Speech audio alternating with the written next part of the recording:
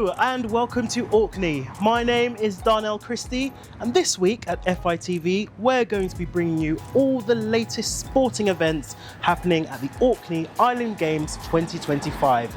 But first, let's have a look around Kirkwall. Orkney is home to a community of around 22,000 people, of which around 8,000 live here in Kirkwall. Kirkwall Harbour is a bustling port, acting as a key location for ferries and fishing vessels. It is also a major entry point for visitors arriving by sea. The St Magnus Cathedral, which lies at the heart of Kirkwall, was built by Vikings. Founded in 1137 by Viking Earl, the cathedral is known as the Light of the North. Orkney is also a wildlife haven and, like the Falklands, is home to some feathered friends. And what would Scotland be without a drop of whisky? The Highland Park Distillery in Kirkwall is one of the northernmost distilleries in Scotland. A small museum houses the history of Orkney's domestic and military wireless equipment. The museum was developed from a private collection and marks the importance of Orkney's role in wireless communication during the Second World War. It started its life as the factor's office for one of the big estates that own farms and land all around Orkney.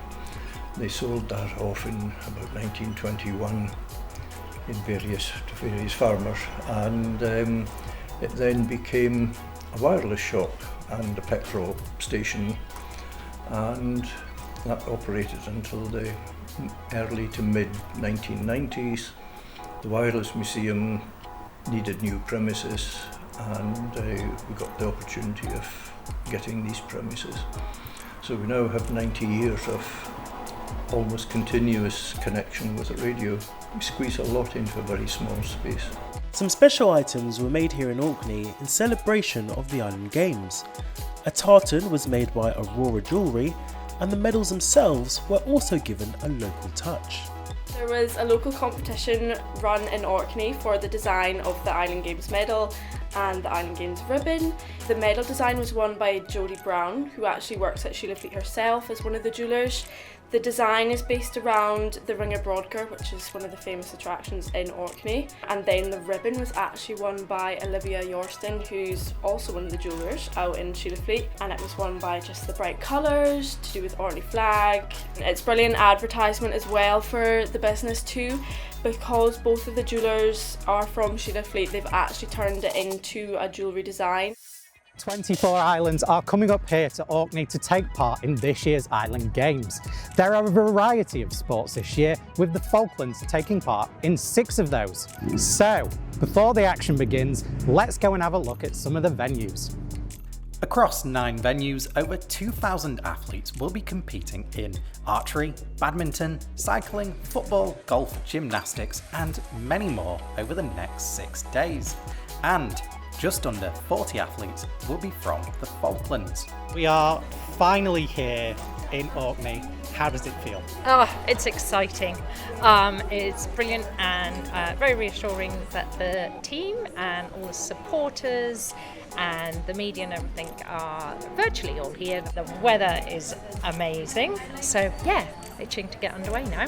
Over 900 volunteers will also be helping out to ensure the smooth running of the event. The Games here in Orkney mark the 20th International Island Games, which were first held on the Isle of Man in 1985. Back then, only 700 athletes took part from 15 islands. Those numbers have certainly grown over the years. 60 Orcadians, known as community champions, will be handing out over 1,200 medals over this week.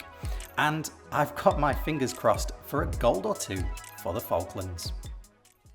So I think that gives you all a good idea of what Kirkwall is like and what you can expect to see in this week's games. And throughout the whole week we'll be giving you lots of updates, interviews with athletes, highlights, and hopefully some gold medals too. So I think all that's left to say is, Go Team Falklands!